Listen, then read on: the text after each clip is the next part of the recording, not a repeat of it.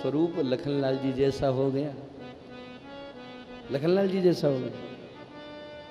आगे इसकी प्रामाणिकता भी आएगी। एक बात है, रामचरित्र मानस में तत्व ज्ञान की और रघुनाथ जी के स्वरूप की चर्चा करते करते लखनलाल जी और निषाद राज जी में बात करते करते सवेरे हो गया, पता नहीं चला।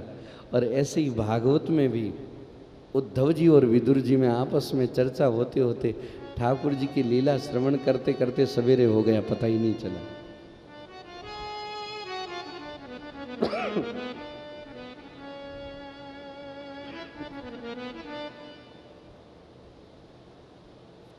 पता ही नहीं चला, प्रभात हो गया।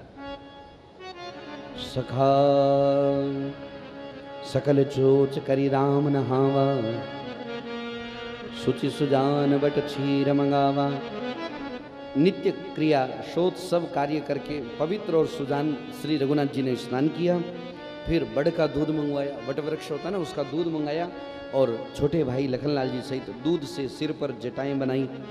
वो जो संत लोग जटा बनाते ना, या फिर तो अपने आप से जटा बनाते हैं, ये संत लोगों के पास में होती है, और या फिर वट वृक्ष के दूध से जटा बनाती हैं। ये दृश्य देख करके सुमंत्र जी की आंखों में पानी आ गया, आंसू नेत्र छलछलाए, हृदय अत्यंत जलने लगा, मुंह मलिन हो गया। हाथ जोड़कर बहुत दुखी होकर के बोले, हे नाथ, मुझे कौशलनाथ दशरथ जी ने ऐसी आज्ञा दी थी कि तुम रथ लेकर श्री राम जी के साथ जाओ, वन दिखा देना, गंगा स्नान करा करके दोनों भाइयों को तुरंत वापस लेके आ जाना। सब संशय संकोच को दूर करके लखनलाल जी और राम जी जानकी जी को लेकर के आ जाना। मेरे महाराज ने मुझे ऐसी आज्ञा दी थी, अब प्रभु जैसा आप कहें मैं वही करूं, आपकी बलियारी हूं। इस प्रकार विनती करके श्री रामचंद्र जी के चरणों में गिर पड़े। सुमंत जी रोने लगे, बालक की तरह रोने लगे। और धन्य है श्री रघुनाथ जी, सुमंत जी मंत्री है और अभी के नहीं है, दशरथ जी के पिताजी के समय के मंत्री हैं। दशरथ जी से बहुत बड़ी आयु है सुमंत्र जी की, पर आप सुमंत्र जी सबसे बड़े मंत्री हैं दशरथ जी महाराज के। रघुनाथ जी राजा के कुंवर होते हुए भी, राजकुमार होते हुए भी सुमंत्र जी को मंत्री तो मानते हैं, पर पिता के समान आदर करते हैं। और कई बार ऐसा होता है कि बाल लीला के प्रसंग में रघुनाथ जी खेलने के लिए जाते हैं तो दशरथ जी महाराज तो डर के कारण मना कर देते हैं, पर सुमंत्र जी की गोद में से जाकर के कहते हैं कान में, आप कहो ना पिताजी से, आप कहो ना तो मुझे खेलने के लिए भेज देंगे। बाल लीला के वर्णन में ऐसा आता है। सुमंत जी कहते हैं, राजन लाला हैं, खेलना चाहते हैं, आप आज्ञा दे दीजिए। दशरथ जी कहते हैं अच्छा ठीक है। सुमंत जी अपने मंत्रियों को चारों बालकों की सेवा में लगा देते हैं कि किसी बालक को कुछ नहीं हुए। एक बार क्या हुआ, शार्दुल सिंह नाम का एक सिंह है, शार्दुल सिंह, अब वो नहीं होते पहले जमाने के से। एक तो शेर होता है, एक बब्बर शेर होता है, एक सिंह होता है। सिंह हर समय अकेला ही रहेगा। और एक होता है शार्दुल सिंह होता है, उसका चेहरा बहुत विचित्र होता है, उसकी नाक हाथी जैसे होती है, बड़ी, और इतनी बड़ी नाक होती है, बहुत बड़ी सूंड होती है उसकी नाक, और चेहरा और दाढ़ वो शेर के समान ही होता है। आगे के पैर शेर के समान होते हैं और पीछे के पैर घोड़े के समान होते हैं। और वो इतना बड़ा होता है कि इस भवन में बैठा दिया जाए तो वो एक ही माएगा। अपनी सूंड में हाथी की सूंड को पकड़ करके, वो उसके पंख भी होते हैं, उड़ जाता है वो। पुराणों में इसका वर्णन है। बहुत पक्षियों का, पशुओं का जो पुराणों में वर्णन है वो देखने में नहीं आते, ये देवतुल्य होते हैं। अब शार्दुल सिंह को रघुनाथ जी ने जैसी कथा में सुना, और रघुनाथ जी बोले नहीं नहीं, हमें तो शार्दुल सिंह पर बैठ करके हीरे की गेंद से खेल खेलना है। सुमंत जी ने कहा लाला, हीरे की गेंद से खेलेंगे तो किसी को चोट लग गई तो बोले नहीं नहीं नहीं नहीं नहीं लगेगी। राजा मना कर देंगे, पिताजी मना कर देंगे, पर आप आज्ञा दिला दीजिए। अब देवताओं को पता चला कि अरे शार्दुल सिंह पर रघुनाथ जी खेलना चाहते हैं, तो जितने भी देवता थे वो सरयू जी के तट पर शार्दुल सिंह बन करके प्रकट हो गए। अब बालकों समेत सब रघुनाथ जी चारों भाई शार्दुल सिंह पर बैठ गए। अब वो गेंद होती है ना, हीरे की गेंद, वो एक दूसरे के ऊपर फेंक रहे हैं, खेल रहे हैं। कई अनेक अनेक गेंदें हैं और हीरे की गेंद, हीरा तो आप सब जानते ही हैं बहुत बहुमूल्य होता है, और वो हीरा यदि जो शरीर पे लग जावे तो जहर भी काट भी देता है और जहरीला भी होता है। पुराने राजा महाराजा लोग जो होते थे ना, जो कमजोर होवे या थोड़े, वो हीरे की अंगूठी वैसे रखते थे कि जैसे ही कोई विधर्मी लोग पकड़ लेवे तो वो तुरंत अपने मुख में रख लेते, जिससे उनका प्राणांत हो जाता, क्योंकि वो ज़्यादा प्रताड़ित न करें इस भाव से। और पुराने राजघराने की माताएं भी ऐसा करती थी, महारानियाँ, जिससे किसी पर पुरुष का शरीर पर हाथ न लगे इस भाव से। अब हीरे की गेंद लेकर के रघुनाथ जी खेल रहे हैं। अब वो शार्दुल सिंह तो देवता ही है, तो सब उड़ने लगे, उड़ रहे हैं। अब उड़ रहे हैं तो आकाश में अब रघुनाथ जी को खिलखिला के हंस रहे हैं। अब वो शार्दुल सिंह कितना जोर से उड़ता होगा, सोचो कि जिसका शरीर इतना विशाल है तो उसके पंख कितने विशाल होंगे, और जब उस पंखों से उड़ता तो कितना तेज उड़ता होगा। वो उड़ते उड़ते लंकापुरी पहुंच गए। लंकापुरी पहुंच गए तो वो सब खेल खेल रहे। रावण को पता चला कि आपका जो काल है वो बाहर खेलने के लिए, ऊपर आकाश में खेलने के लिए आया। तो आकाशगामी निशाचर तो आकाशगामी होते ही हैं। रघुनाथ जी और रघुनाथ जी के साथियों को मारने के लिए आए। रघुनाथ जी के साथियों की राजा हरिश्चंद्र धर्म के लिए करोड़ों करोड़ों कष्ट सहे हैं। बुद्धिमान राजा रंतिदेव थे, बलि कितने संकट सहे, पर अपने धर्म को कभी नहीं छोड़ा। आप सोचिए, बलि गुरु तज्यो, राजा बलि ने गुरु जी को त्याग दिया। क्यों? भगवान के विरोध में थे ना। जाके प्रिय न राम वे देई तजिए ताई कोटि वे रिसम यद्यपि परम सने, जाके प्रिय न राम वे देई। जिसके प्रिय रघुनाथ जी ने उनको त्याग दीजिए। और जिसने त्यागा उसका नुकसान क्या हुआ बताइए? बलि ने त्याग दिया तो स्वर्ग का साम्राज्य नहीं मिला, पर स्वर्ग से ज्यादा सुविधा सुतल लोक की है। पर हाँ, ये जितने भी लोग थे ना, ये कलयुगी जीवों जैसे जिद्द नहीं थे, जिद्दी नहीं थे। भाई भाई लोगों में आपस में व्यवहार होता है ना, तो अच्छा भैया आप ये नहीं, ये कर लीजिए, नहीं नहीं नहीं नहीं, नहीं मैं तो यही ही करूंगा, ये जिद्द दिक्कत। अब जितना इनको मिल रहा है उतना ही उनको मिल रहा है, पर नहीं नहीं ऐसा करेंगे तो फिर हम लोग कलयुगी जीव कैसे कहलाएंगे, फिर तो सतयुग आ जाएगा। समझने की थोड़ी थोड़ी बातें हैं, और सत्संग करने से ये सारी बात बहुत जल्दी जल्दी समझ में आएगी। बलि गुरु तजो कंत व्रज वनिता, व्रज वनिताओं ने तो कंत को भी त्याग दिया ठाकुर जी के लिए। और आप तो सब जानते हैं धर्म को निभाने के लिए कितने संकट सहन करने पड़ते हैं, फिर भी धर्म का परित्याग नहीं करना चाहिए। वेद शास्त्र पुराणों में कहा गया है, सत्य के समान कोई दूसरा धर्म नहीं है। सत्य धर्म न दूसरा सत्य समाना, आगम निगम पुराण बखाना। और मैंने उस धर्म को सहज ही पा लिया है। इसका त्याग करने से तीनों लोकों में अपयश छा जाएगा।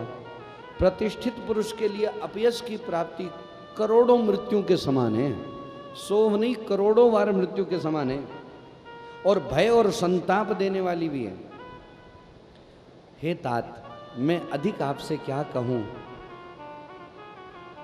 लौट कर उत्तर देने में भी मैं पाप का भागी होता हूं, पर आप जाकर के पिताजी के चरणों में, पिताजी के चरणों को पकड़कर करोड़ों बार नमस्कार के साथ ही हाथ जोड़कर विनती करिएगा कि हे तात, आप मेरी किसी भी बात की चिंता न करें। और एक और बात कही, पिताजी से तो ये बात कहना, तुम पुनि पितु सम अति हित मोरे। आप भी मेरे लिए आप पिताजी से कम नहीं है, आप भी मेरे लिए पिता के समान ही, आप भी पिता के समान ही है, मेरे बड़े हैं और हितैषी हैं। मैं हाथ जोड़ करके आपसे विनती करता हूँ कि आपका भी सब प्रकार से वही कर्तव्य है जिसमें पिताजी हम लोगों के सोच में दुख न पावे। आपको वही कर्तव्य करना चाहिए जिससे राजा का भला हो, मेरे लिए चिंता मत करिएगा। रघुनाथ जी और सुमंत्र जी का यह संवाद सुन करके निषाद राज कुटुंबियों सहित व्याकुल हो गए। लखनलाल जी ने कुछ कड़वी बात कही, पर श्री रघुनाथ जी ने अनुचित जान करके उनको मना किया। नहीं नहीं, श्री रामचंद्र जी सकुचाकर अपनी सौगंध दिलाकर सुमंत्र जी से कहा कि आप लखनलाल जी का संदेशा पिताजी को मत कहिएगा। उसके बाद में सुमंत्र जी ने एक और बात कही कि पिताजी ने मुझे एक और आज्ञा दी है राजा जी ने। क्या? कि जानकी जी, सीता जी वन के क्लेश को नहीं सहन कर पाएगी, इसलिए आप जानकी जी को तो अयोध्या लौट करके लेके आ जावें। आपको वही उपाय करना चाहिए, नहीं तो मैं बिल्कुल भी सहारे के बिना हो जाऊंगा, जी नहीं पाऊंगा, बिल्कुल भी जीना कठिन हो जाएगा। और एक और बात है, मई के ससुरे सकल सुख जब ही जहां मनुमान, तब तब रहाई सुखेन सिय जब लगी विपत्ति विहान। सीता जी वन के क्लेशों को नहीं सहन कर पाएगी, इसलिए जानकी जी वापस आ जावे, कभी माँ के घर में रह जावे, कभी ससुराल में रह जावे। जब तक ये विपत्ति दूर नहीं होती तब तक वे जब जहां उनको जी लगे वहां सुख से रहेगी। जिस प्रकार राजा ने विनती करी है वही विनती मैं आपसे कह रहा हूं। जैसा उन्होंने कहा वैसे तो कहा नहीं जा सकता, पर मैं आपसे निवेदन कर रहा हूं। श्री रघुनाथ जी पिताजी का संदेश सुन करके सीता जी को करोड़ों प्रकार से सीख दी। जानकी जी को समझाया है रघुनाथ जी ने, जो तुम घर लौट जाओ तो सास ससुर गुरु प्रियजन कुटुंबी सबकी चिंता मिट जाएगी, सभी की चिंता मिट जाएगी, आप चले जाओ। क्योंकि जानकी जी के सहारे रघुनाथ जी आएंगे ही आएंगे, इस बात से थोड़ा सा उनको ढाढ़स रहेगी। मैं एक बात निवेदन करना चाहता हूँ, माताएं बहनें ध्यान से सुनिएगा। इस वाक्य में कितना संकेत भरा हुआ है। जो दशरथ जी महाराज राम जी के देखे बिना जीवित नहीं रह सकते, वो दशरथ जी कह रहे हैं कि जानकी जी आ जावे तो मैं विश्वास से कह सकता हूँ जीवित रह जाऊंगा। तो ऐसा क्यों? क्योंकि पता है कि राम जी और जानकी जी एक ही हैं, अलग नहीं हैं। गिरा अरथ जल बीच सम कहियत भिन्न भिन्न, बंधम सीताराम प्रद जिन्हीं परम प्रिय खिन। दोनों एक ही हैं। एक तो संकेत ये, दूसरा एक और संकेत, हमारी भारतीय परंपरा में ससुर लोग कितने उदार होते हैं, पुत्र और पुत्र वधू में कोई भेद नहीं करते। पर देखो, रोटी को बिना घी के सेकना पड़ता है, पर परांठा बनावे ना तो घी लगा के सेकना पड़ता है। दोनों की सेकने की जगह एक ही है, पर विधि अलग अलग है। पुत्र और पुत्र वधू दोनों एक ही है, पर दोनों से विधि और व्यवहार अलग अलग करना पड़ता है। पर क्या करें, कहीं कहीं पुत्र विचलित हो जाते हैं और प्रायः ज्यादातर पुत्र वधुएं विचलित हो जाती हैं। हमें इन चरित्रों को जरूर पढ़ना चाहिए। जानकी जी इतनी चिंतित हो गई, इतने चिंतित हो गए। हे प्राणपति परम स्नेही, आप मेरी बात सुनिए। आप करुणामय हैं, परम ज्ञानी हैं, कृपा करके एक बार तो विचार तो कीजिए। क्या शरीर को छोड़ करके छाया शरीर की अलग रह सकती है क्या? क्या सूर्य और सूर्य की किरणें सूर्य को छोड़ सकती है? क्या चंद्रमा और चंद्रमा की चांदनी चांदनी चंद्रमा को छोड़ सकती है क्या? आप तो ज्ञानी हैं।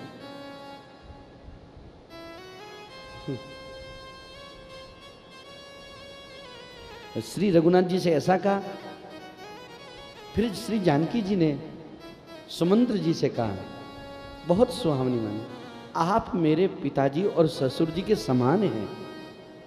ये जानकी जी का वाक्य है।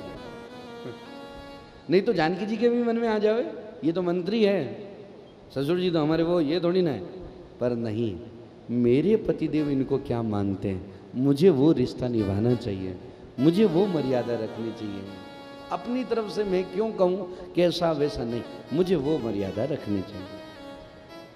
आप तो मेरे पिताजी और ससुर के समान हैं, मेरा हित करने वाले हैं, मैं आपको बदले में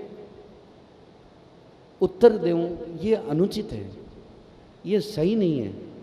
किंतु हे तात, मैं आर्त होकर के आपके सन्मुख होकर के एक बात कह रही हूं, आप बुरा नहीं मानिएगा। स्वामी के चरण कमलों के बिना जगत में जहां तक नाते हैं वो सब मेरे लिए व्यर्थ हैं। पति है तो सब कुछ है, और पति ही नहीं है तो सब कुछ मेरे लिए व्यर्थ है। मैंने पिताजी के ऐश्वर्य की छटा देखी है, जनक जी महाराज की ऐश्वर्य की छटा देखी है, जिनके चरण रखने की चौकी से सर्व शिरोमणि राजाओं के मुकुट मिलते हैं। क्या बात है, जहां जनक जी महाराज पैर रख दे वहां राजाओं के मुकुट एकत्रित हो जाते हैं। बड़े बड़े राजा महाराजा जनक जी को प्रणाम करते हैं। और ऐसे मेरे पिता का घर भी, जो सब प्रकार के सुखों का भंडार है, पति के बिना मेरे मन को भूल कर भी नहीं भाएगा। वो भंडार कुछ भी नहीं है, रघुनाथ जी हैं तो है, नहीं तो नहीं। मेरे ससुर कौशल राज चक्रवर्ती सम्राट हैं, जिनका प्रभाव 14 भुवनों में देखने को मिलता है। अरे इंद्र भी जिनका स्वागत करता है, अपने आधे सिंहासन पर बैठने के लिए स्थान देता है। क्या चरित्र है और क्या साम्राज्य है। इंद्र देवता अपने आधे सिंहासन पर दशरथ जी को बैठा हुए, दशरथ जी आप यहाँ भी रहिए ना। कितनी घनिष्ठता और कितनी मित्रता होगी। और ऐसा साम्राज्य होने के बाद में भी रघुनाथ जी में कितनी सरलता, और रघुनाथ जी की श्रीमती जी में श्री जानकी जी का कितना दिव्य भाव है। ऐसे ससुर और अयोध्या का निवास, प्रिय कुटुंबी माता के समान सासु में, ये कोई भी श्री रघुनाथ जी के चरण कमलों की रज के बिना मुझे स्वप्न में भी सुख नहीं दे सकते, स्वप्न में भी सुखदायी नहीं लगते। अब आप चाहिए आगम पंथ भूमन भूमि पहारा, करी के हरि सर सरित पारा, कोल किरात कुरंग विहंगा, मोहि सब सुखद प्राण पति संगा। दुर्गम रास्ते, जंगली धरती, पहाड़, हाथी, सिंह, तालाब, नदियां, कोल, भील, हिरण, पक्षी, यदि मैं रघुनाथ जी के साथ में हूं तो ये सब मुझे सुख देने वाले हो जाएंगे, सब मुझे अनुकूल हो जाएंगे। और अब सास ससुर के पांव पड़कर मेरी ओर से आप विनती कीजिएगा। अब रघुनाथ जी ने अपनी बात कही है, जानकी जी अपनी बात कह रहे हैं, विनती कीजिएगा कि मेरा कुछ भी सोच न करें, मैं वन में स्वभाव से ही सुखी हूं।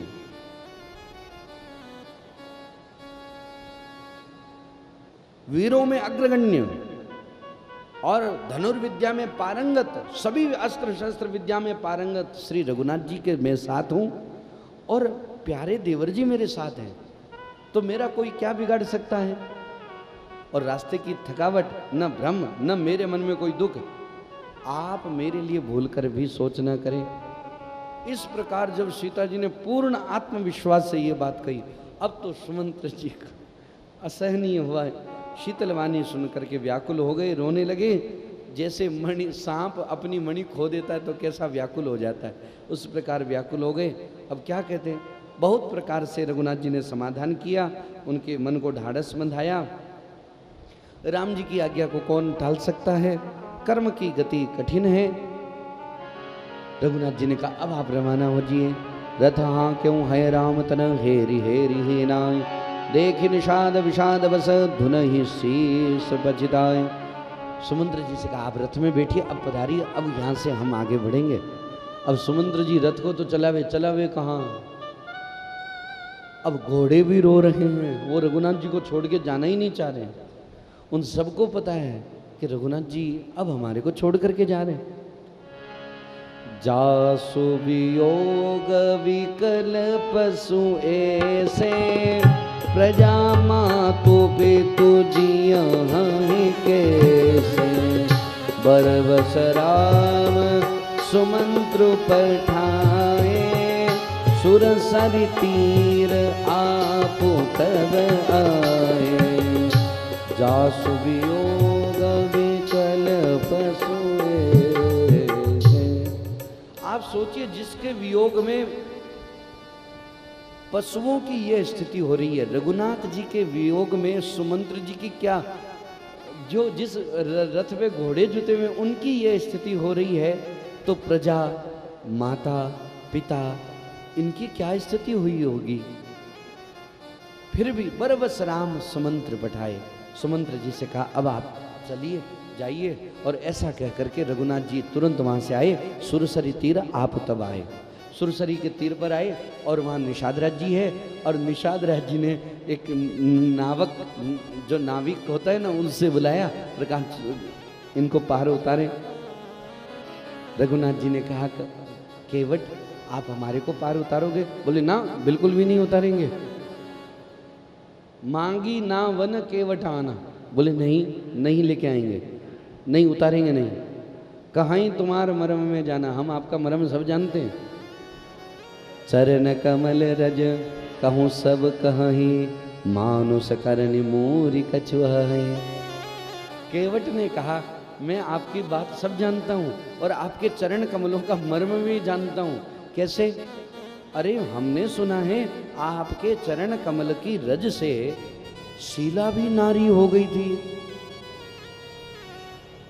और यदि जी मेरी काठ की कोमल नैया यदि जी स्त्री हो गई तो एक तो घरवाली है, दूसरी घरवाली और हो जावे। हाँ, और नाव से मेरी जो मजूरी हो रही है तो इनकमिंग तो बंद, और आउटगोइंग के लिए एक और रास्ता और खुल जावे, खर्चा और बढ़ जावे, परिवार भी बढ़ जाएगा। ना ना, ऐसा नहीं करेंगे। तो तरन्यू मुनि घरनी हो जाई, बाट पर ही मोरी नाव उड़ाई, मेरी नाव उड़ गई, घरनी हो गई तो। और आपको क्या पता, उस नाव से मेरे पूरे परिवार का पालन पोषण करता हूं, मेरे पास में कोई दूसरा धंधा नहीं है, आप जानते हो। आप यदि ये पार जाना चाहते हैं तो मैं केवल आपके चरण कमलों को धोऊंगा। आप पहले धोने के लिए कहो तो पार उतारूंगा, नहीं तो नहीं। पद कमल धोई चढ़ाई नावन, नाथ उतराई चहूँ, वही राम रामुरी आन दशरथ शब्द सब साची कहो। बरु तीर मारहूँ लखनऊ पे जब, लगिन पाय पखाली हो, तब लगिन तुलसीदास नाथ, कृपाल पारु उतारी हो। हे नाथ, मैं चरण कमल धोकर आप लोगों को नाव पर चढ़ा लूंगा, मैं आपसे कुछ भी उतराई नहीं चाहता। आप ये मत सोचना कि मेरे को कुछ लोभ है तो मैं, नहीं नहीं। हे राम, मैं आपकी दुहाई देता हूँ, दशरथ जी की सौगंध है, मैं सब सच सच कहता हूँ। लखनलाल जी भले ही मुझे तीर मारे, मैं जब तक पैरों को पखाड़ न लूंगा तब तक हे तुलसीदास जी के नाथ जी, मैं आपको पार नहीं उतारूंगा। अब लखनलाल जी भले ही तीर की मारे, ऐसा क्यों कहा? क्योंकि रघुनाथ जी के विपरीत हो रहा है ना, और लखनलाल जी को क्रोध आ जाएगा, कथा तो सब जानते ही हैं। सुनी के वट के बेन प्रेम लपेटे, अटपटे विहसे करुणा एन, चितई जान की लखन तन। रघुनाथ जी जानकी जी और लखनलाल जी को देख रहे हैं, सुन रहे हो ये कह रहे।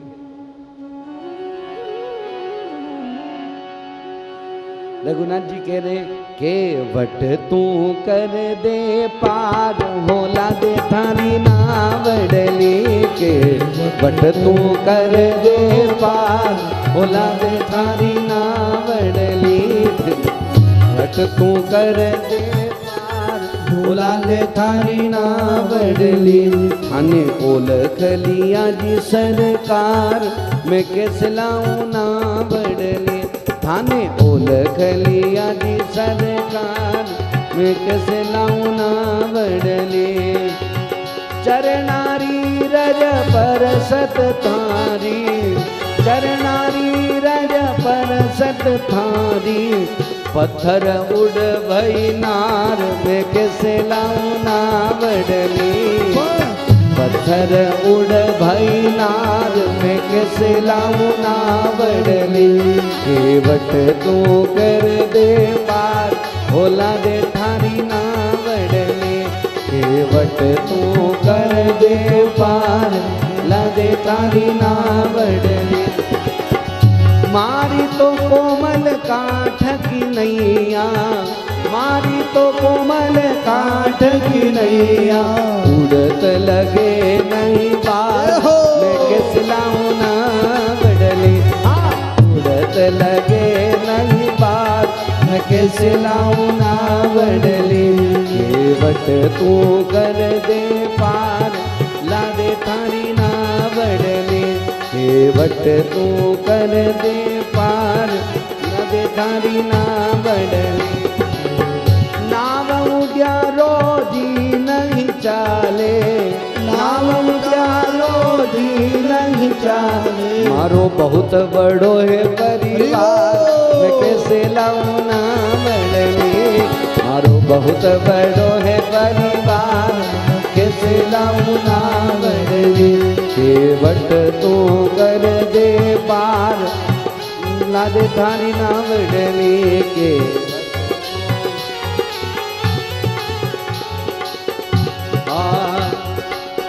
हुक्म करो तो चरण पखारो, हुक्म करो तो चरण पखारो। हुक्म करो तो चरण पखारो, हुक्म करो तो चरण पखारो। झट खेवो पतवार, तुरत लाऊं नावड़ली। झट खेवो पतवार, तुरत लाऊं नावड़ली। केवट तू कर दे पार, ला दे थारी नावड़ली। केवट तू कर दे पार, ला दे थारी नावड़ली। तब हंस कर रघुवर जी बोलिया, जब हंस कर वर जी बोलिया। ले भाई चरण पखार, ला दे थारी नावड़ली। भाई चरण पखार, ला दे थारी नावड़ली। केवट तू कर दे पार, ला दे थारी नावड़ली। केवट तू कर दे पार, ला दे थारी नावड़ली। केवट तुरत कठो तो ल्यायो, केवट तुरत कठोरो लायो। अरे केवट तुरत कठो तो ल्यायो, केवट तुरत कठो तो लायो। गोवत लगाय रयो बार, लाऊं अब नावड़ली। गोवत लगाय रयो बार, लाऊं थारी नावड़ली। केवट तू कर दे पार, ला दे थारी नावड़ली। केवट तू कर दे पार, कुटुम सहित चरणामृत लीनो, कुटुम सहित चरणामृत लीनो। कुटुम सहित चरणामृत लीनो, कुटुम सहित चरणामृत लीनो। पितर दिया सब तार, बिठाऊं खाने नावड़ली। पितर दिया सब तार, बिठाऊं थारी नावड़ली। केवट तू कर दे पार, ला दे थारी नावड़ली। केवट तू कर दे पार, ला दे थारी नावड़ली। केवट प्रभु को पार उतारे, केवट प्रभु को पार उतारे। केवट प्रभु को पार उतारे, केवट प्रभु को पार उतारे। बरसत पुष्प अपार, फूला सुवरी नावड़ली। बरसत पुष्प अपार, फूला सुवरी नावड़ली। केवट तू कर दे पार, ला दे थारी नावड़ली। केवट तू कर दे पार, ला दे थारी नावड़ली।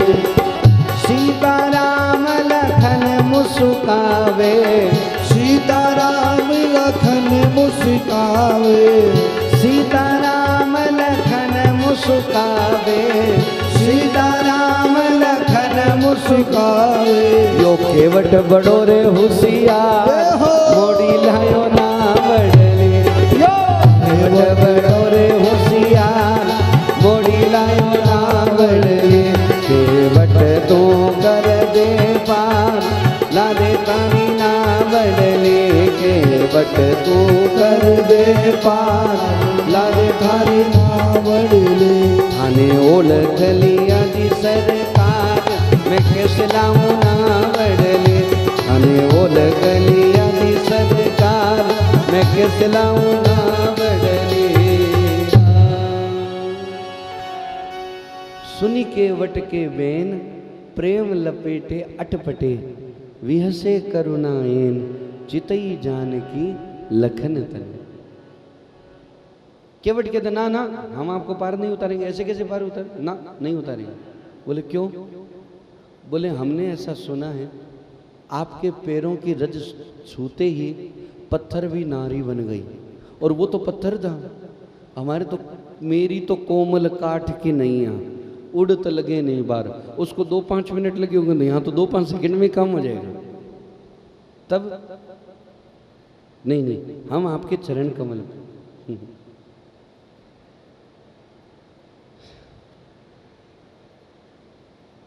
कृपा सिंधु बोले मुस्काई सोई करू जही तव नामन जाई। आपकी जैसी प्रसन्नता है वैसा कर लीजिए। बेगी आनो जल पाए पखारूं होत विलंब उतार ही पारूं। अब आप जल्दी से कर दीजिए और हमारे को विलंब हो रहा है। जासु नाम सुमिरत एक बारा उतरई नर भव सिंधु अपारा। जिसके एक बार नाम के स्मरण करने मात्र से व्यक्ति भवसागर पार हो जाता है, वो सोई कृपालु केवट ही निहोरा। वही रघुनाथ जी केवट से निहोरा कर रहे हैं। किस बात के लिए? कि मेरे को इस पार से उस पार छोड़ दीजिए। जही जगु की अति हूँ पग होते थोड़ा।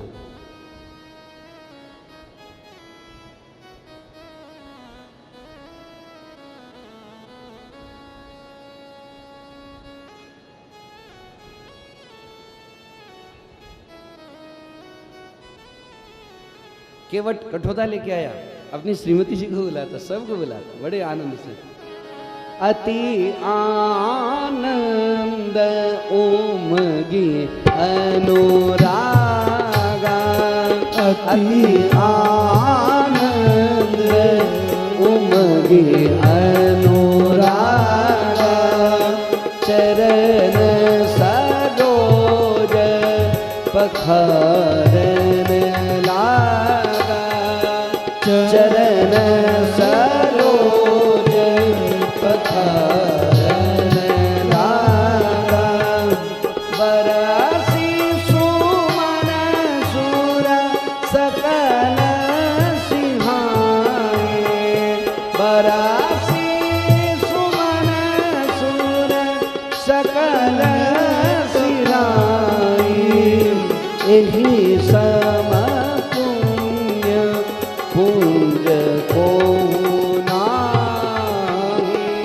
एहि सम पुण्य पुंज को नाहि। अति आनंद उमगी अनुरागा। आनंद नहीं, अति आनंद में है। कैसा सौभाग्य होगा केवट का, जो ठाकुर जी के चरण कमलों को धो रहे। चरण सरोज पखारन लागा। बरस से सुमन सुर सकल शिराई। देवता लोग ऊपर से पुष्प बरसा रहे हैं और क्या बात कर रहे हैं? यही सम पुण्य पुंज को नाई। इसके समान कोई पुण्यशाली नहीं है। देवताओं को अवसर मिला कि ठाकुर जी के चरण कमल धो देवे? नहीं मिला। पद पखारी जलपान करे आप सहित परिवार। पितर पारु करी प्रभु ही पुनि मुदित गयऊं ले पार। उस पार लेकर के धीरे धीरे यमुना जी में गंगा जी का दर्शन करते हैं। श्री जानकी जी देखती हैं, रघुनाथ जी देखती हैं, लखनलाल जी गंगा मैया का दर्शन करते हैं, निषाद राज जी दर्शन करते हैं। केवट धीरे धीरे रघुनाथ जी को उस पार पधराता है। उतरी ठाड़ भय सुरसरी रेता सिय राम गुह लखन समेता, केवट उतरी दंडवत कीना, प्रभु है सकुचे ही नहीं कछु दीना। केवट ने रघुनाथ जी को अच्छे से उतारा, किशोरी जी उतरे, लखनलाल जी उतरे, निषादराज जी उतरे, और केवट उतर करके गंगा जी के रज में रघुनाथ जी के एकदम दंडवत प्रणाम करके गिर जाता है, दंडवत किया। रघुनाथ जी को संकोच हुआ कि हमने तो इनको कुछ दिया ही नहीं। अब मन में विचार करने लगे, मैं कुछ देऊं, कुछ होवे तो देऊं, अब सब कुछ तो छोड़ के आ गए, यहाँ कहाँ देऊं। पर यही तो बात है, यहाँ धर्म पत्नी जी काम आती हैं। प्रिय हिय की सिय जान निहारी, रघुनाथ जी की हृदय की बात किशोरी जी तुरंत समझ जाते हैं। अरे क्या बताएं, माताएं इस विषय का बहुत ध्यान रखती हैं। भाई लोग कई बार भूल जाते हैं, माताएं इतना जल्दी फट से इशारा करती हैं, पता ही नहीं चलता किसी को।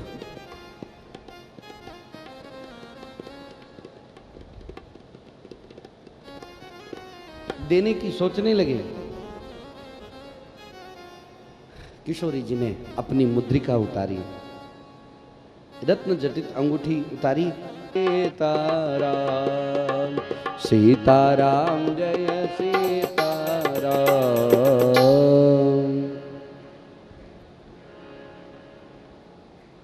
केवट ने जैसे ही सुना कि नाव की उतराई रघुनाथ जी दे रहे, व्याकुल हो गया, चरण पकड़ लिए। नाथ आज मैं कहाँ न पावा, मिटे दोष दुख दारिद दाव। आज मैं क्या नहीं पा गया जो मुझे उतराई चाहिए, मुझे तो सब कुछ मिल गया, क्या नहीं चाहिए। मेरे दोष मिट गए, दुख दरिद्रता आग आज सब कुछ बुझ गई। मैंने बहुत समय तक मजदूरी की है, विधाता ने आज बहुत अच्छी भरपूर मजदूरी दे दी है, मुझे कुछ नहीं चाहिए। उतराई ले ले सुन रे माझी का तेरे नाम के, उतराई ले ले सुन रे माझी का तेरे नाम के, उतराई ले ले सुन रे माझी का तेरे नाम के। अब केवट क्या कह रहे हैं, शर्मा मत मारो बालक हूँ थारो, केवट यूं कहे शर्मा मत मारो बालक हूँ थारो, केवट यूं कहे।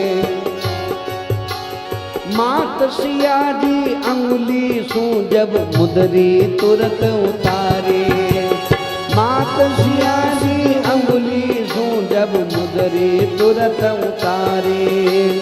ले रघुवर केवट को देवे, ले रघुवर केवट को देवे, केवट को दुखवारी जी उतराए ले ले सुन रे माझी का तेरे नाम के, उतराए ले ले सुन रे माझी का तेरे नाम के। पकड़ चरण तब केवट बोलियो सुनो राम रघुराए, पकड़ चरण तब केवट बोलियो सुनो राम रघुराए। थारी मारी जात न न्यारी, थारी मारी जात न न्यारी, ल्यूं कैसे उतराई जी उतराई ले ले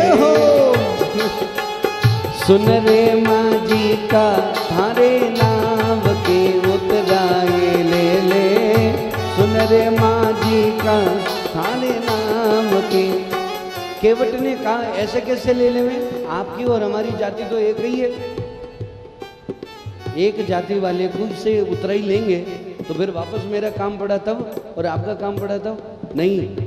तो बोले रघुनाथ जी ने कहा सो कैसे, धोबी सो धोबी नहीं लेवे कपड़ों लेत धुलाए, धोबी सो धोबी नहीं लेवे कपड़ों लेत धुलाए।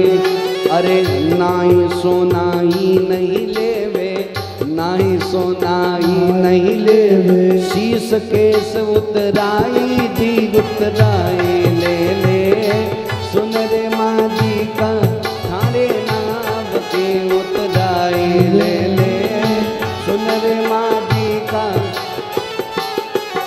शर्मा मत मारो बालक बालक हूँ थारो केवट यूं कहे सरभाव तुम्हारो, बालक हूँ थारो केवट यूं। अब केवट कह रहे हैं आपकी और मेरी जाति कैसी है, अब सुनो। थे केवट हो भवसागर का मारे नदी तलाए, थे केवट हो भवसागर का मारे नदी तलाए।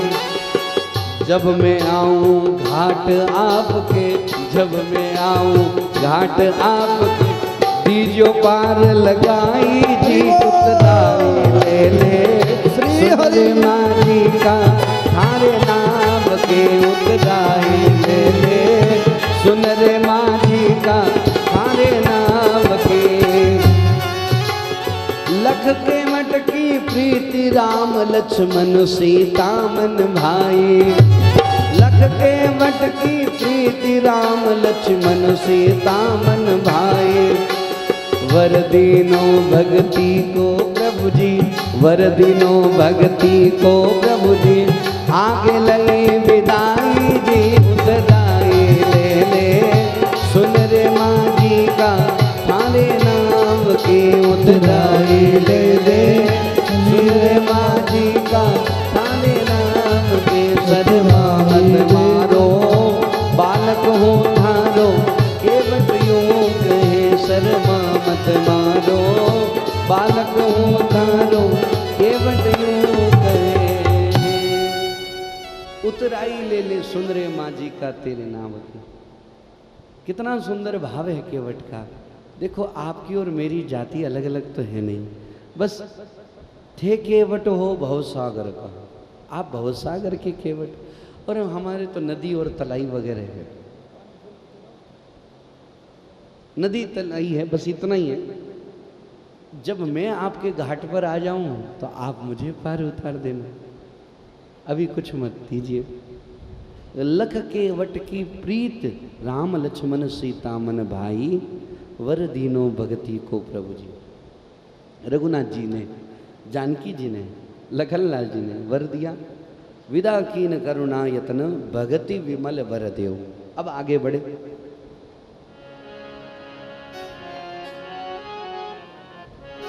तब मज्जनु करी रघुकुल नाथा, पूजी पार्थिव नायऊ माता।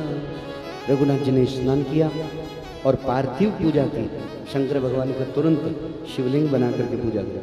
आप सोचो, मुझे ऐसा लगता है रघुनाथ जी ने रामचरितमानस के अनुसार नहीं करते, 5 से 10 या 12 जगह पर शंकर भगवान की पूजा करी है। थोड़ा आलस्य आ जाता है गिनने में, भूल जाता। 12 बार करी अनेक जगह पर। अच्छा, मानस जी में तो 12 बार है, और वैसे ही यदि दक्षिण के अन्य ग्रंथों के अनुसार देखें तो दक्षिण में कितने ही शंकर भगवान है। ये भी रघुनाथ जी ने स्थापित किया, ये रघुनाथ जी ने स्थापित किया, ये रघुनाथ जी ने स्थापित किया, अलग अलग किया। अयोध्या जी में भी रघुनाथ जी ने शंकर भगवान की स्थापना की, दक्षिण में भी ऐसे। एक प्रसंग बहुत बढ़िया है। रघुनाथ जी अपने संध्या वंदन शंकर भगवान की उपासना कर रहे हैं और श्री जानकी जी गंगा मैया की उपासना कर रही है। सिय सुर सरहि कहें कर जोरी। जानकी जी श्री गंगा मैया से हाथ जोड़ करके प्रार्थना कर रही है, हे माता, मातु मनोरथ पूर्व भी मोरी। हे माता, मेरा मनोरथ आप पूरा करना। जानकी जी ने क्या मनोरथ रखा? पति देवर संग कुशल बहोरी, आय करऊं जही पूजा तोरी। श्रीमान स्वामी पति देवर हम संग में आकर के पुनः आकर के आपकी पूजा कर सकें, ऐसा आप आशीर्वाद देना। इस भाव का मतलब क्या है पता है? कि किसी भी प्रकार से तीनों को कोई कष्ट न आवे, जैसे हम सुरक्षित जा रहे हैं वैसे ही सुरक्षित आवे। और गंगा मैया ने वचन दिया है, सुनि सिय विनय प्रेम रस सानी, भई तब विमल बारी बरवानी। गंगा मैया मानो प्रकट होकर के कह रही है, सुनो रघुवीर प्रिया वेदेही, हे रघुवर की प्रियतमा जानकी सुनो, आपका प्रभाव जगत में किसे नहीं मालूम है। आपकी तो कृपा दृष्टि से ही लोग लोकपाल बन जाते हैं। सब सिद्धियां हाथ जोड़े आपकी सेवा करती है। और आपने जो मेरे से विनती कही है, सुनाई है, ये तो आपने मेरे ऊपर कृपा करी है, मेरे को बढ़ाई दी है। ऐसा क्यों कहा गंगा मैया ने? ऐसी बातें कहने के लिए मैं लायक नहीं हूं। जानकी जी तो छोटी है, गंगा मैया कितनी बड़ी है। पर गंगा मैया अपने आप को छोटी क्यों बता रही है?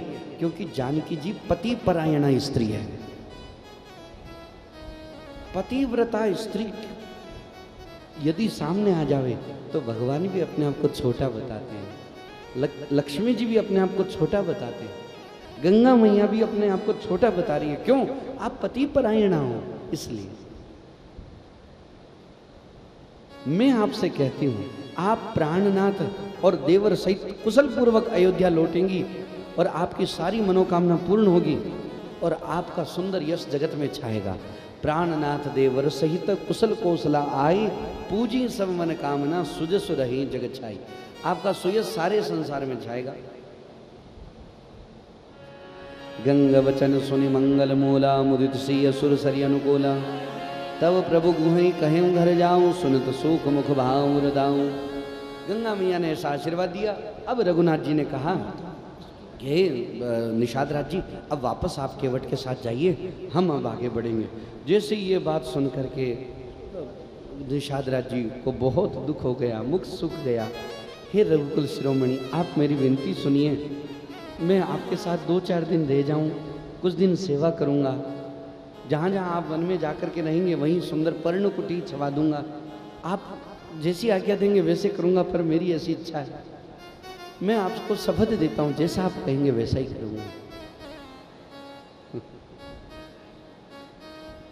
रघुनाथ जी ने निषाद राज जी का प्रेम देख करके उनको साथ में ले लिया और आगे आनंद के साथ में आगे की यात्रा करी। और जिन अपनी अपनी जाति के जो लोग आए थे उनको भी रघुनाथ जी ने मिलन किया और विदाई दी। श्री रघुनाथ जी गणेश जी और शिव जी का स्मरण करके गंगा जी को मस्तक नवा करके निषाद राज छोटे भाई और सीता जी सहित आगे वन को चले। तब गणपति शिव सुमेरी प्रभु, गणेश जी का वंदना करें। अब आगे विघ्न नहीं आना चाहिए। तेहि दिन भयं विटप तरुवासो, लखन सखा सब कीन सुबासो, प्रात प्रात करत करी रघुराई। प्रातः रात्रि में कहीं विश्राम किया, पर्णकुटी छवा करके प्रभात हुआ, रात कृत करी रघुराई।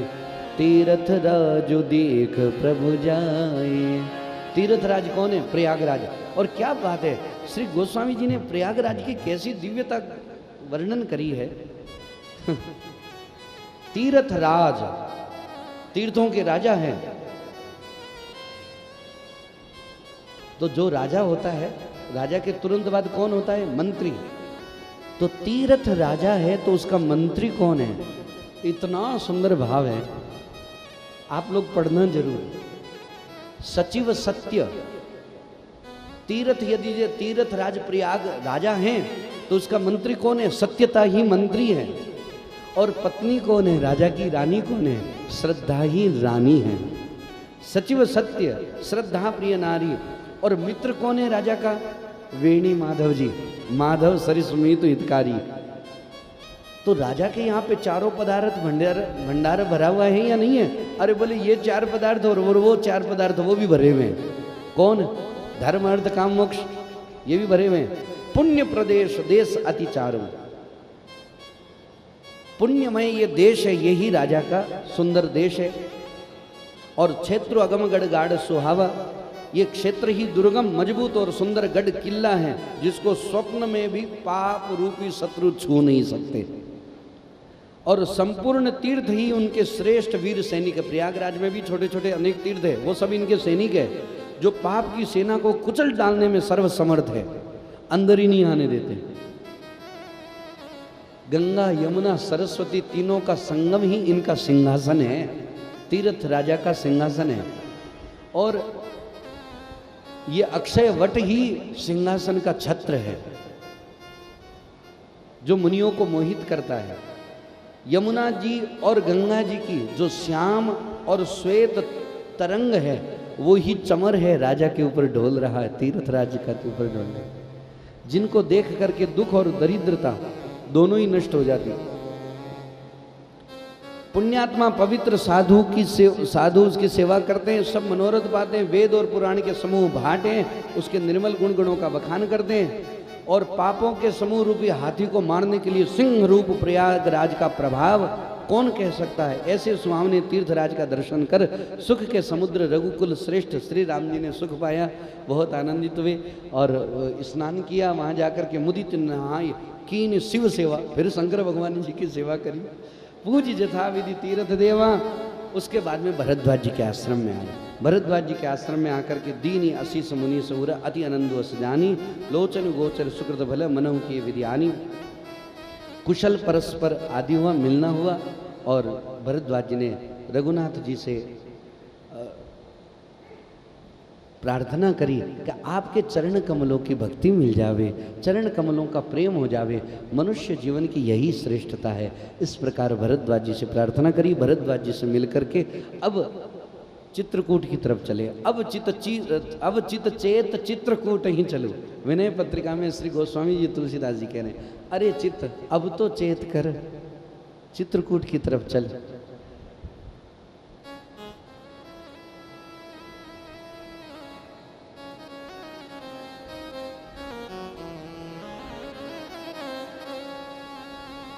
आगे बढ़े, गांव के सारे लोग देख रहे हैं, यमुना जी में स्नान किया, और यमुना जी में स्नान करके आगे बढ़ते बढ़ते जब इस पार आ जाते हैं तो उसी समय राजापुर नाम का गांव आया है। तुलसीदास जी महाराज रामचरितमानस की कथा लिख रहे हैं और उसी समय राजापुर नाम का गांव आया। तब तुलसीदास जी बोले कि मेरा कैसा दुर्भाग्य है, यदि मैं होता रघुनाथ जी के चरण कमलों को पकड़ लेता, उनके पैरों को छोड़ता ही नहीं। बस ऐसा मन में आया और वो भाव समाधि में पहुंच गए। भाव समाधि में पहुंच गए और इस चरित्र को हनुमान जी महाराज सुन रहे हैं। हनुमान जी महाराज बगल में ही बैठे, साथ में ही है। और जैसे ही सुनी सुविषाद सकल पछताई, रानी राय कह कीन भल नाई, ये गांव वाले लोग ऐसा सोच ही रहे हैं। और ये सोचते सोचते तुलसीदास जी महाराज ने कहा, अरे इसी गांव से ही तो होके गए। बस ऐसा सोचते वो तो समाधि में पहुंच गए। और वो चौपाइयाँ कौन लिख रहे हैं? हनुमान जी महाराज लिख रहे हैं।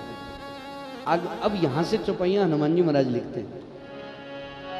तेहि अवसर एक तापस आवा, तेज पुंज लघु वयस सुहावा।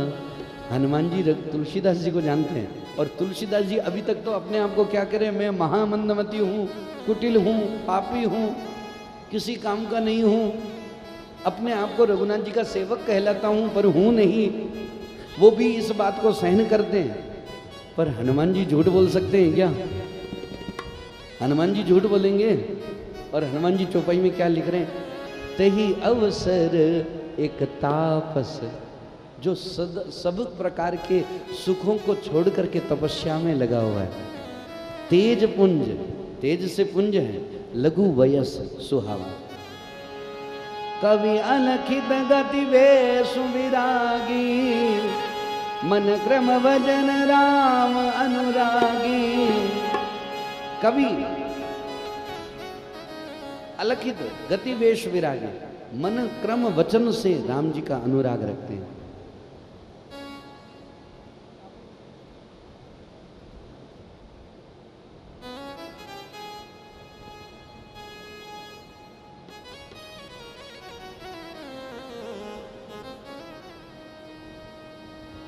सजल नयन तन पुलक निज इष्ट देव पहिचानी, परे हूँ दंड जिमि धरनी तल दसान जाई बखानी।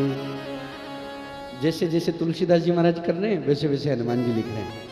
सजल नयन, आंखों में नेत्रों में आंसू भरे हुए, हृदय में प्रसन्नता है, इष्ट देवता को पहचान रहे। दंड जिमि धरनी तल, लकड़ी कैसे धड़ाम से गिर जाती है, ऐसे रघुनाथ जी के चरण कमलों को देख करके तुलसीदास जी महाराज गिर जाते हैं। राम सप्रेम पुलग्यूर लावा परम रंग जनु पार सुपावा मनहु प्रेम परमारथ दो मिलत धरे तन कह सबको। रघुनाथ जी को प्रणाम किया खूब देर तक। उसके बाद में लखन पायन सोई लागा, बहुरी लखन पायन सोई, लखनलाल जी को प्रणाम किया और लखनलाल जी ने लीन उठा अनुरागा अनुरागा उठा लिया। उसके बाद में किशोरी जी को प्रणाम किया और क्या मर्यादा है, पुनि सिय चरण धूरी धरी सीसा। किशोरी जी को प्रणाम के लिए आगे बढ़े। किशोरी जी अपना भक्त जान करके रघुनाथ जी के सामने संकोच से पीछे हैं हुए और तुलसीदास जी महाराज ने किशोरी जी की जो चरण रज है वो अपने मस्तक पर लगा लिया। पुनि सिय चरण धूरी धरी सीसा।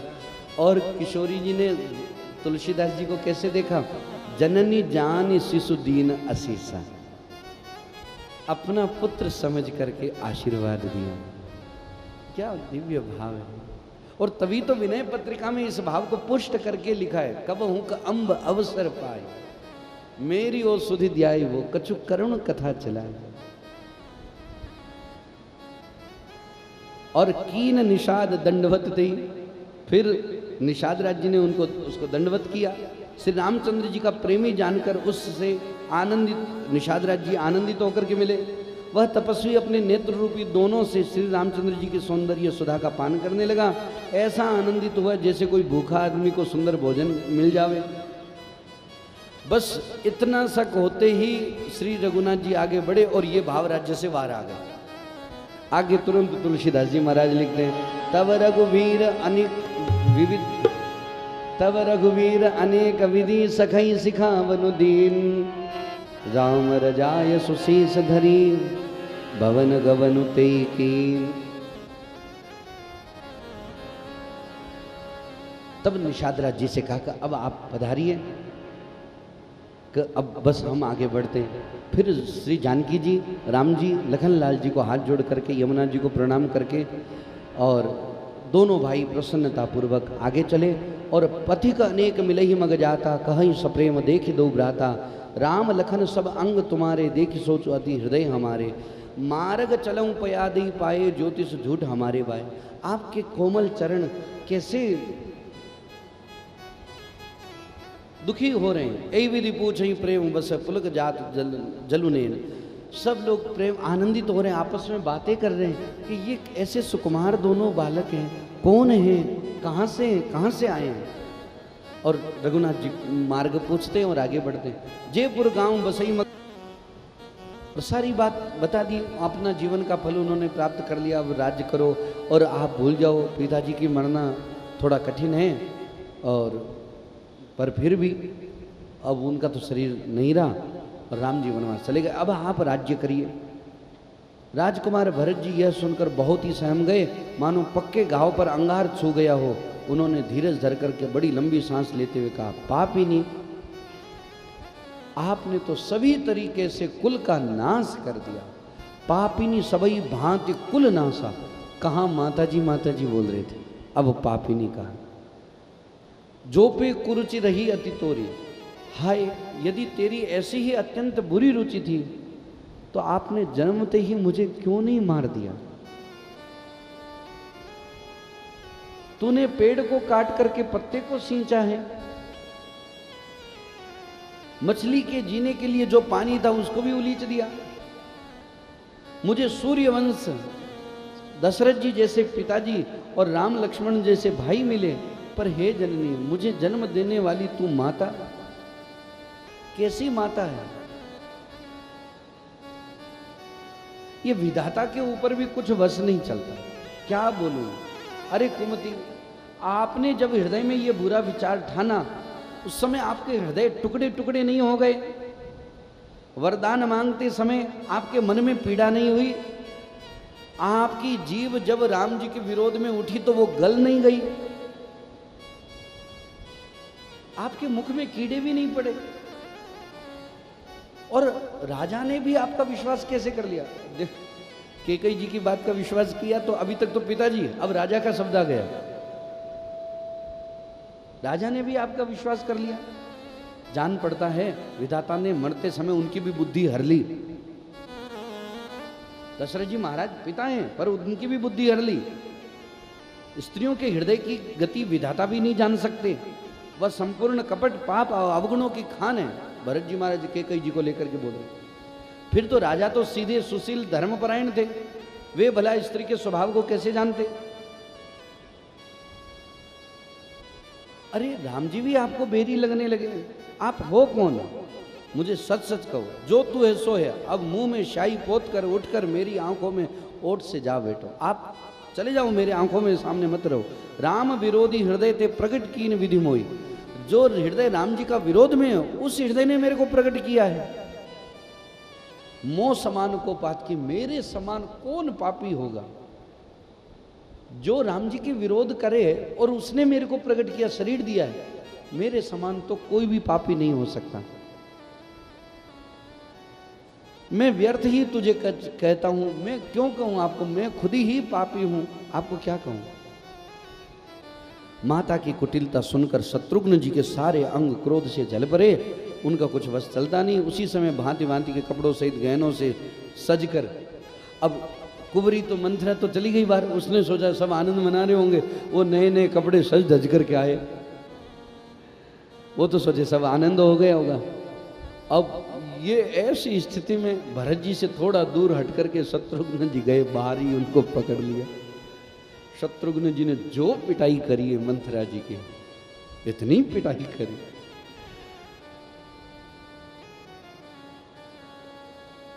ऐसी पैर का प्रहार किया, हाथ का प्रहार किया, उसके जो कुबर था वो फूट गया। जोर से चिल्लाते हुए मुंह से बल गिर गई और उसका कुबड़ भी टूट गया, कपाल फूट गया, दांत टूट गए, मुंह से खून बहने लगा। अब वो बोल रही, हाय देव मैंने क्या बिगाड़ा? अच्छा, जो गलती करते वो यही कहते कि मैंने ऐसी क्या गलती कर दी? अपनी गलती किसी को दिखाई नहीं देती, मैंने क्या गलती कर दी? चोटी पकड़ करके घसीट घसीट करके पिटाई करी। शत्रुघ्न जी को कभी क्रोध नहीं आता, पर सोचो अकेले शत्रुघ्न जी हैं और कितने लोगों से हृदय जुड़ा हुआ है। सबसे पहले रघुनाथ जी से।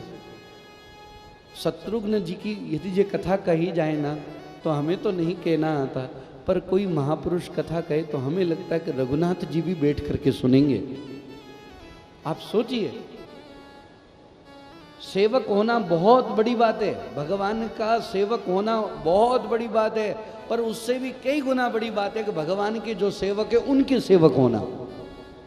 तो राम जी के सेवक कौन है? भरत जी, और भरत जी के सेवक है शत्रुघ्न लाल जी। राम जी का इतना बड़ा अपमान, और मेरे स्वामी कौन है? भरत जी, और उनका अपमान।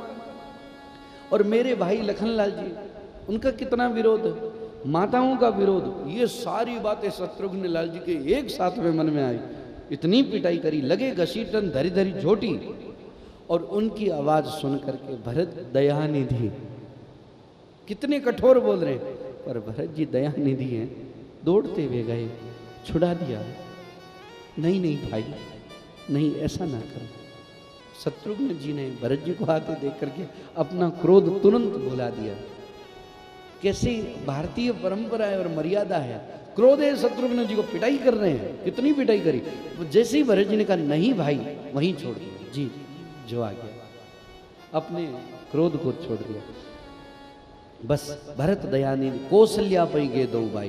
कौशल्या माता के पास में गए, और कौशल्या माँ ने जैसे ही भरत जी को देखा, बूढ़ी माता, दुखी माता कौशल्या जी दौड़ते हुए भरत जी के पास में गई, और चक्कर आने से मूर्छित होकर गिर पड़ी।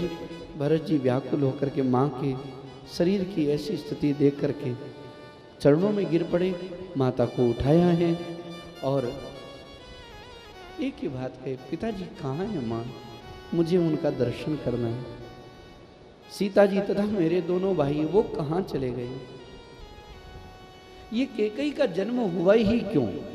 और यदि जन्मी नहीं होती, जन्मी भी गई तो बांझ ही रह जाती।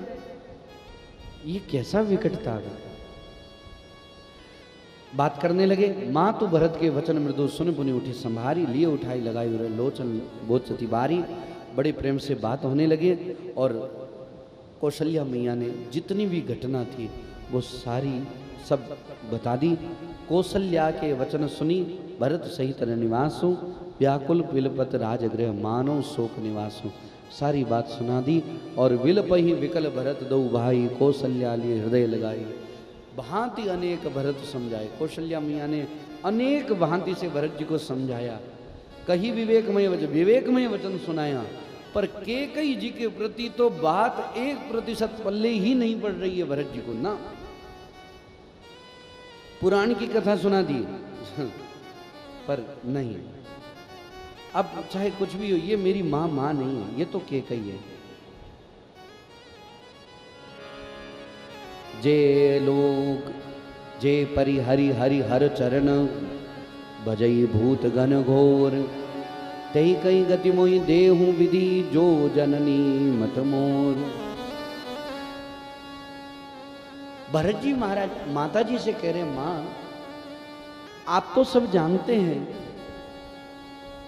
कि मेरे इसमें कोई भी मत नहीं है, ये कैकेयी ने कर कैसे लिया? और क्या लोग ये सोचेंगे नहीं कि कैकेयी तो इनकी माँ है और इन भरत जी ने और आपस में बातचीत करके ऐसा कहा होगा?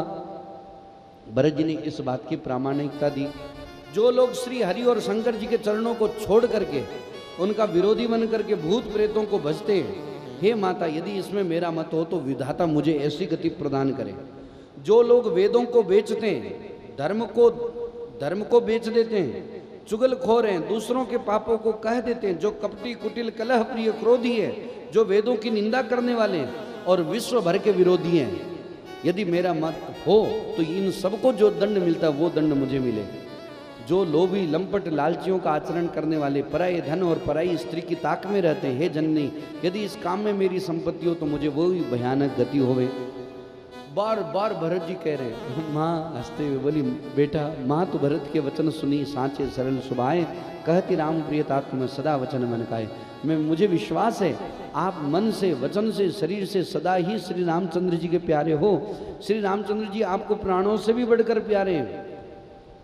श्री रघुनाथ को प्राणों से भी अधिक आप प्यारे हो। चंद्रमा चाहे विष चूने लगे, पाला आग बरसने लगे और जलचर जीव जल से विरक्त हो सकते हैं, पर आप राम जी के विरोधी नहीं हो सकते हैं, नहीं हो सकते।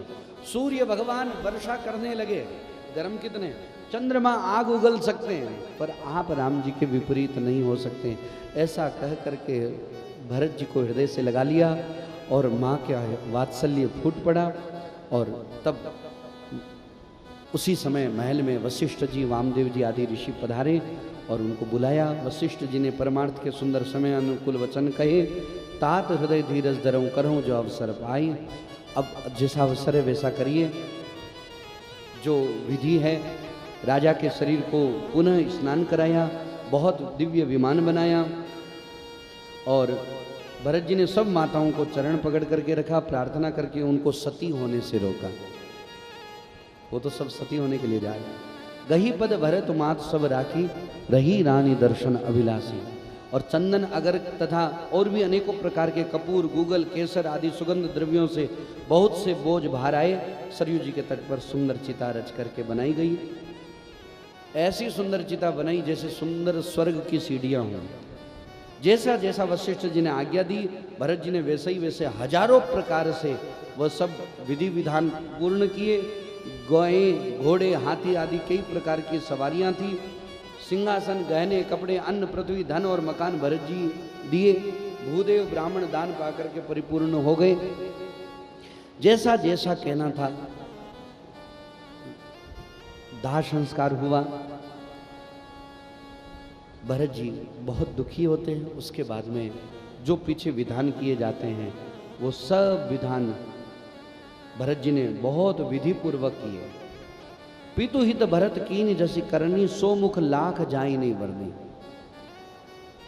सारे विधान किए और उसके बाद में पिताजी के लिए भरत जी ने सब किया। शुभ दिन शोध करके श्रेष्ठ मुनि वशिष्ठ जी आए। उन्होंने मंत्रियों तथा सब महाजनों को बुलाया। महाजन कौन है? गांव के जो नगर सेठ, उन सबको बुलाया। सब लोग राजसभा में जाकर बैठ गए। भरत जी भी बैठे, शत्रुघ्न जी दोनों भाई विराजमान हैं। वशिष्ठ जी ने अपने पास में बैठा लिया। नीति तथा धर्म से भरे हुए वचन कहे। क्या वचन कहे? प्रथम कथा सब मुनिवर वर्णी। कैकेयी जी की सारी बात कही, सारी कथा कही। राजा ने धर्म व्रत सत्य की सराहना करी। शरीर त्याग कर प्रेम को निभाया।